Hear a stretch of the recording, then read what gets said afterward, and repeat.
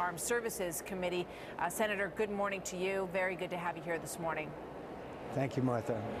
All right, so obviously it's a big moment. We see the Secretary of State walking into the room right now. Big moment for Ash Carter as well. We'll hear from him for the first time, really, on his thoughts on how this battle should be won. What do you expect to be sort of the main line of questioning from the Senate committee this morning for these gentlemen? I think part of it will be the authorization of the use of military force and questioning from our side why the President of the United States should restrict the ability of the Commander-in-Chief to exercise whatever military options necessary to succeed.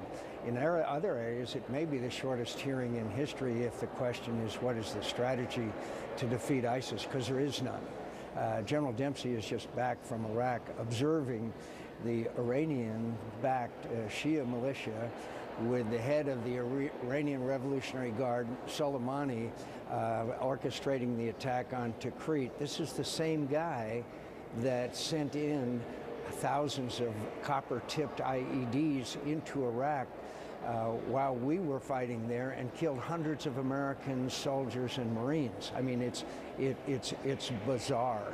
And so I am afraid that you will hear very little from them in the way of a strategy to defeat ISIS. It's extraordinary because the president himself said that his mission was to degrade and to ultimately destroy ISIS. And now it feels, as you point out, Senator, that at least in the battle in Tikrit, we have stepped out of that role, and Iran has clearly stepped into that role. And Iran is in 4 capitals: Sana'a in Yemen, Baghdad, Beirut, and of course Damascus.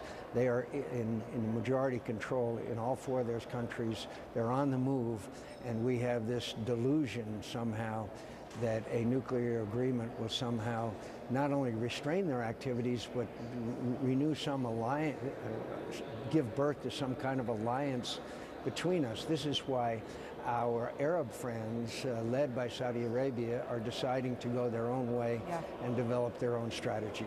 And they're having, fairly good discussions with Israel, with Egypt, and it appears that the United States is left out of that equation.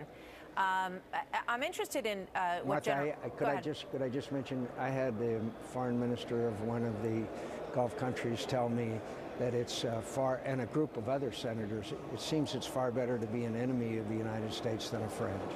That's a stunning statement. And I know that one of your concerns as well is how much money we have to fight the fights that now exist in so many parts of the world, and that you have a big concern about the restraints that have been placed on that.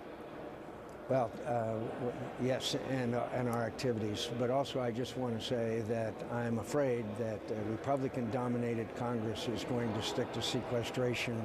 Our service chiefs, our uniformed service chiefs, have said that that would put the lives of American young men and women in uniform at greater risk. That is unacceptable. I hope that my Republican colleagues will understand what sequestration has done. They will understand how the world has changed since sequestration began. And we Republicans, I'm a proud Republican, cannot propose a lower spending level on defense than the President of the United States is and have any credibility on national security. Duly noted. General Martin Dempsey at one point said that he would have to reserve the right to ask the president to put our troops on the ground to fight ISIS if he felt that that was what was necessary. We know that a preponderance of military officials and generals believe that if you don't have that possibility to put people on the ground to fight ISIS, that you won't win, that you won't degrade or defeat ISIS. Do you agree? Oh, of course. General Dempsey is the most disappointing chairman of the Joint Chiefs that I have seen, and I have seen many of them. He says he may request that. He has supported the plan to completely withdraw from Afghanistan. He has basically been the echo chamber for the president, and one of the reasons why we are in the situation that we're in the world today, and particularly in the Middle East, is because of his lack of either knowledge or candor about the situation in the Middle East, and it has done great damage. And so all I can say is that he only has 8 more months. Wow. Very strong statement about the standing chairman of the Joint Chiefs and his ability to do his job. You have Ash Carter, the new defense secretary, who's about to speak here as well. I mean, the major question is here, are we going to beat ISIS, who we have just seen, training 12-year-olds or younger to murder people at gunpoint, and the horrific images that we see coming out of this that we can tell in polls the American people are becoming more and more incensed about, and whether or not we're going to fight this battle essentially with one hand tied behind our back, or we're going to let Iran go in and win it for us. Some might say, you know what, let's stay out of it. Let's let Iran, let's let the Shiites and the Sunnis duke this out, and let's have no part.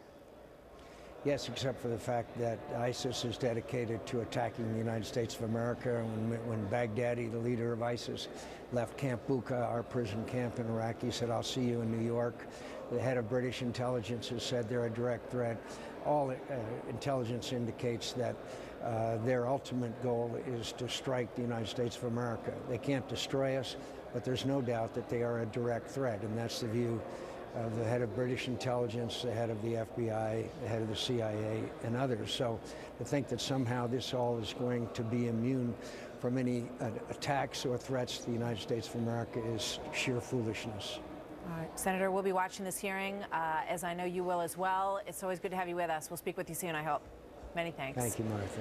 As this hearing continues, Iraqi forces entering the town of Tikrit,